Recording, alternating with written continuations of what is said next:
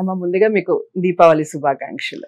అందరికీ కూడా మా అశేషమైనటువంటి తెలుగు అంతేకాక భారతీయ సమాజం ఎక్కడుంటే వాళ్ళకి కాకుండా కూడా వెలుగు కావాలనుకునే వాళ్ళందరికీ కూడా దీపావళి శుభాకాంక్షలు. అయితే ఈ దీపావళి మీరన్నట్టుగా అసలు కులాలకి అతీతంగా మతాలకి అతీతంగా జరుపుకునే పండుగ. అవునమ్మా, ఈ పండుగ అలా జరుపుకుంటారు చాలా సంతోషంగా ఆనందంగా. కేవలం చీకటిని పారద్రోలి వెలుగుల్ని చిమ్మే పండుగ కాబట్టే దానికి అంతటి విశిష్టత ఉందా, లేదా దీని వెనకాల ఇంకేదైనా అంతరార్థం? అమ్మా, ఈనాడు ఎన్నో శుభాలు జరిగాయి లోకంలో. సాధారణంగా అమావాస్య అంటే ఒక్క తమిళులు మాత్రమే శుభంగా భావిస్తారు, మిగిలిన వాళ్ళంతా అమావాస్య అశుభంగా అనుకుంటారు కదా. కానీ ఈ అమావాస్య నాడు లోకంలో ఎన్నో మంచి కార్యాలు జరిగాయి అంటారు. కానీ త్రేతాయుగంలో రాముడు ఈనాడు నగరానికి అయోధ్యకి తిరిగి వచ్చాడని ఏమో లెక్కల ప్రకారం గనక చూస్తే అది సరికాదనిపిస్తుంది. కానీ ఆనందంగా గడిపారండంలో మనకి ఎటువంటి రాముడు గెలిచాడు అనే మాట అనుకోవడానికి ఎటువంటి అభ్యంతరం లేదు. ఎందుకు ఆ తరువాత ఇంకా చూసినట్టయితే ద్వాపర యుగంలో కృష్ణుడు ఆ ముందు రోజున నరకాసురుని సంహరించితే, నరకాసురుడు ఉన్నంత కాలం ఎవరూ కూడా ఇళ్లల్లో రాత్రిపూట దీపాలు వెలిగించుకునేవాళ్ళు కాదు. ఇళ్ళు ఉన్నాయి అని గుర్తుపట్టి వచ్చి వాళ్ళని ఉన్న ఆడపిల్లల్ని ఎత్తుకుపోయేవాడు, మగపిల్లల్ని కూడా ఎత్తుకుపోయేవాడు. వాళ్ళందరినీ చెరసాల్లో పెట్టాడు. ఎందుకంటే ఒక్కసారిగా ఎన్నో వేల మందిని బలిచ్చినట్టయితే తనకి మృత్యుంజయత్వం వస్తుంది అని ఆ కామాఖ్య ఆలయంలో ఈ తాంత్రిక పూజల్లో చెప్పినటువంటి మాటల ప్రకారం ఎన్నో వేల మంది రాజకుమారుల్ని 16,100 మంది రాజకుమార్తెల్ని బంధించాడు అతను. ఇంకా కొంతమందిని కూడా కావాలి అతనికి. అందుకని మన ఇంట్లో ఉన్నటువంటి ఆడపిల్లలు ఉన్నారు, మగపిల్లలు ఉన్నారు, వాళ్ళని ఎత్తుకుపోతాడు అన్న భయంతో రాత్రిపూట దీపాలు వెలిగించేవాళ్ళు కాదు. వీడు చచ్చిపోయాడు అనగానే హాయిగా ఇన్నాళ్ల దీపాలు ఒకరోజు వెలిగించుకున్నారు. ఇది ద్వాపర యుగంలో జరిగింది. అలాగే జైనులు కూడా చేసుకుంటారు. వాళ్ళకి ఒకానొక గురువు ఆవిర్భవించినటువంటి రోజు అని జైనులు కూడా దీపావళి చేసుకుంటారు. మరి సిక్కులు చేసుకుంటారు. సిక్కులు ఎందుకు చేసుకుంటారంటే వాళ్ళ గురువుని మొఘల్ చక్రవర్తి బంధిస్తే వదిలేస్తానన్నాడు ఒక్కళ్ళని. ఆయన అన్నాడు, అందరినీ వదిలితే గాని నేను జరసాల్లోంచి బయటికి రాను, నాతో పాటు అందరు కూడా వదలాలి. ఆయన అలాగే ఉండిపోయాడు, నా శిష్యుల్ని కూడా వదిలితేనే నేను బయటకు వస్తాను, వాళ్ళని కూడా వదిలించమని. అప్పుడు అందరినీ కలిపి వదిలించినటువంటి రోజు దీపావళి కనుక అది త్యాగానికి సంకేతంగా వాళ్ళు చేసుకుంటారు. దుష్టత్వాన్ని మీద విజయానికి సంకేతంగా హిందువులందరూ చేసుకుంటారు. అందులో మాతృత్వానికి సంకేతం సత్యభామ తన కుమారుడు తన ఎదుట సంహరించబడుతూ ఉంటే సహకరించింది గాని నా కొడుకే అని మమకారంతో దాచుకోలేదండి. ఈ మమకారం వదిలిపెట్టుకోవాలనడానికి సంకేతం దీపావళి. నా కొడుకు చెడ్డవాడయి 100 మందిని 1000 మందిని 1,00,000 మందిని చంపుతూ ఉంటే, అంతమందికి హాని కలిగిస్తూ ఉంటే, నా కొడుకు మీద ఉన్న మమకారంతో వాళ్ళందరూ హాని కలుగుతుంటే నేను ఎలా ఊరుకుంటాను? వీడొక్కడు పర్వాలా, వాళ్ళందరూ రక్షించబడతారు అన్నటువంటి జగన్మాతృ హృదయం ఏదైతే ఉందో దానికి సంకేతం, మాతృప్రేమకి విజయానికి సంకేతం నరక చతుర్దశి తర్వాత వచ్చే దీపావళి. ఆవిడ అడిగిందట, బాధ కలుగుతుంది కదా పాప ఎంతైనా, అంటే ఈ వేడుకలన్నీ నా కొడుకు పేరు మీద చేసుకోండి అందుట. అందుకని ఆ దుష్టుడైన నరకుడి పేరు మీద నరక చతుర్దశి చేసుకుంటున్నాం మనం. సత్యభామ పేరు మీదో కృష్ణుడి పేరు మీదో చేసుకోవాలిగా, వాడి మీద ఎందుకు, వాడి పేరు మీద ఎందుకు చేసుకుంటున్నాం అంటే సత్యభామ కోరిక అంటారు, భూదేవి కోరిక అంటారు. ఏదన్నా ఇలాగా విక్రమ్ సంవత్ ప్రారంభమైంది కూడా ఇప్పుడే. అంటే ఎన్నో వేల మంది హూణుల్ని వాళ్ళని విక్రమాదిత్యుడు తరిమి కొట్టి విజయం సాధించిన రోజు ఇది. ఇలా ప్రతి సంప్రదాయం వాళ్ళకి ఒక శుభం జరిగింది. అన్ని అమావాస్యల మాట ఎట్లా ఉన్నా ఈ ఆశ్వయుజ అమావాస్య ఏదైతే ఉందో బహుళ అమావాస్య, ఆనాడు ఇన్ని శుభాలు జరిగాయి. అంతేకాకుండా స్వర్గంలో ఇంద్రుడికి మళ్ళీ పోయిన వైభవం లభించింది. ఒకప్పుడు లక్ష్మీదేవి అలిగి వెళ్ళిపోతే ఆ కారణంగా వాళ్ళకి వైభవం పోతే మళ్ళీ ఎప్పుడు వస్తుంది అంటే లక్ష్మి విష్ణువుని చేరుకున్నప్పుడు వస్తుంది అన్నారు. పాల సముద్రాన్ని మధించినప్పుడు అందులో నుండి లక్ష్మీదేవి ఆవిర్భవించింది. ఈ అమావాస్య నాడు ఆవిర్భవించి విష్ణువుని చేరుకుంది కనుక దేవతలందరికీ కూడా మళ్ళీ వైభవం లభించింది కనుక దేవలోకంలో చేసుకుంటారు. మానవ లోకంలో కూడా సనాతన ధర్మాన్ని పాటించేవాళ్ళు, జైన ధర్మాన్ని పాటించేవాళ్ళు, సిక్కు ధర్మాన్ని పాటించేవాళ్ళు ఇలా అందరూ కూడా దీపావళిని చాలా వైభవంగా చేసుకుంటారమ్మా. దీపాలు వరుసల్లో వెలిగించుకుంటారు కనుక దీనిని దీపావళి అంటారు. ఒక్క దాంతో సరిపోలా.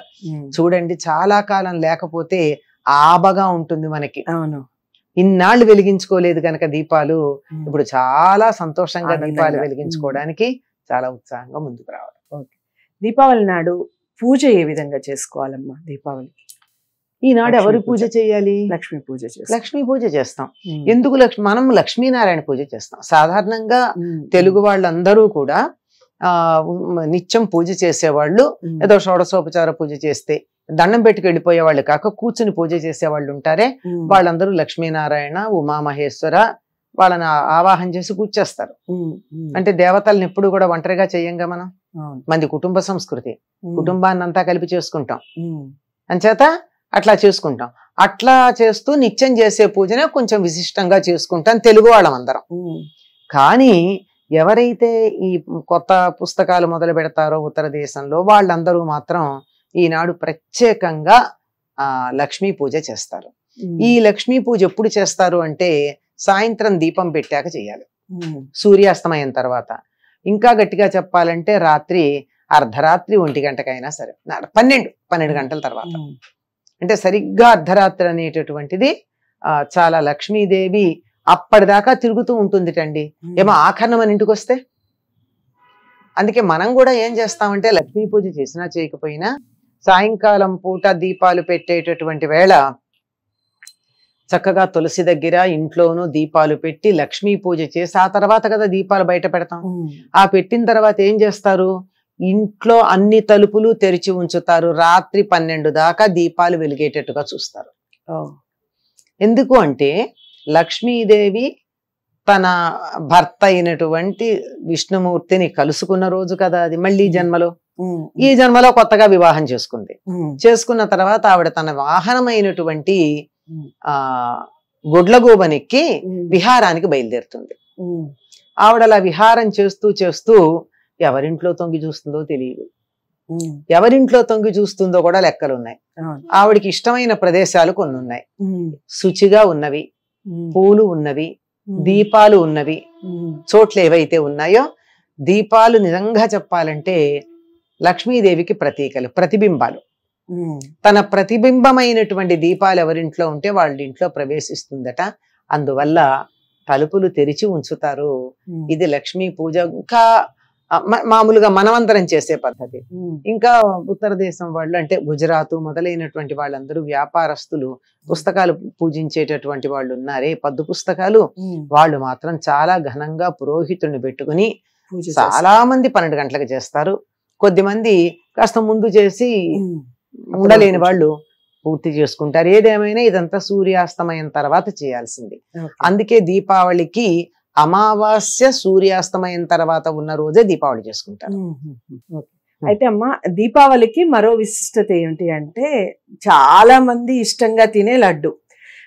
ఎందుకు లడ్డులు ఎక్కువగా పంచుతూ ఉంటారు. ఇక ఈ మధ్య కాలంలో స్వీట్ బాక్స్లు ఎక్కువగా మనం చూస్తూ ఉంటాం. దీపావళి అనగానే దీపాలు, టపాసులు ఎంతైతే విశిష్టతని, ఎంతైతే ప్రాధాన్యతని సంతరించుకున్నాయో స్వీట్స్ కూడా అంత ప్రాధాన్యత. అంటే మిగిలిన పండగల్ని బట్టి చూస్తే దీపావళికి మాత్రం ఎందుకు? మనకైతేనమ్మా సంక్రాంతికి కదా మనం అరిసెలు, తర్వాత చక్కిలాలు ఇలా నిలవ ఉండేవన్నీ చేసేస్తాం. అందరికి ఇచ్చుకుంటామా లేదా? అంటే మనకు అది ప్రధానమైన పండగ గనక. ఇది ఉత్తర దేశీయులకు ప్రధానమైన పండగ గనక వీళ్ళు దీనికి పంచుతారు. అందులోనూ ఈ వ్యాపారస్తులు ఏమిటంటే వాళ్ళ కస్టమర్లు ఉంటారు కదా, వాళ్ళందరితోనూ మంచి సంబంధ బాంధవ్యాలు నెరపడం కోసం బహుమానాలు స్వీట్లతో ఇస్తారు. పళ్ళు, స్వీట్స్. మనం సాధారణంగా ఎవరినన్నా గ్రీట్ చేయాలంటే పళ్ళు తీసుకెడతాం, అవును కదా. కానీ వాళ్ళకి స్వీట్స్ పంచుకునేటటువంటి సంప్రదాయం ఉంది. అందుకని వాళ్ళు స్వీట్లు పంచుకుంటారమ్మా. అంతేగాని ప్రత్యేకంగా ఏమన్నా ఉందనైతే నాకు తెలియదు, ఉందేమో తెలియదు, నాకు తెలియదు. అది మధుర పదార్థాలే పంచుతూ మనకి పైగా దీపావళికి సంక్రాంతికి వీటన్నిటికీ కూడా మహారాష్ట్రలు వాళ్ళు ఏమంటారంటే తీపి తిని తీయగా మాట్లాడు అంటూ ఉంటారు. అదో మాట ఉంది వాళ్ళకి. బాగుంది కూడా అమ్మా, మీరు చెప్తే మరీ బాగుంది అసలు. ఎందుకంటే తీపి పెట్టి తీపి తిని తీయగా మాట్లాడు, చేదు మాటలు వద్దు అని చెప్పడానికి ఇది సంకేతంగా ఉంటుంది. వాళ్ళు ఆ మాట ఉంది కూడా, మన హిందీలో చెప్తారు వాళ్ళు. అంటే మనకి తెలుగులో అర్థం అవ్వాలని నేను తెలుగులో చెప్తున్నాను. అంచేత ఆ తీపి ఇవ్వడం అన్నది బాగుంటుంది అనే ఉద్దేశంతో చేస్తారమ్మా, అంతే. రైట్. అది ఉందేమో నాకు తెలియదు, నాకు తెలియదు నేను చెప్పలేను. సో అదండి దీపావళి. నిజంగా తీపి పండుగ అనొచ్చు, అమ్మ పండుగ అనొచ్చు. అమ్మ భరించి ఎంతటి బాధనైనా భరించుకొని ప్రపంచానికి ఎంతటి వెలుగుని పంచింది. అందరూ ఆనందోత్సాహాల మధ్య జరుపుకుని పిల్లలకి చాలా ఇష్టమైన పండుగ. పెద్దవాళ్ళు కూడా తెలుసుకొని ఇలాంటి కథలు, ఇలాంటి కాల్చుకోవడం ఇష్టం కదా పిల్లలకి. ఇంకో ప్రధానమైన అంశం ఉందమ్మా, ఇది దీపావళి నాడు దీపాలు పెట్టడానికన్నా ముందు మగపిల్లల చేత దివిటీలు కొట్టిస్తారు.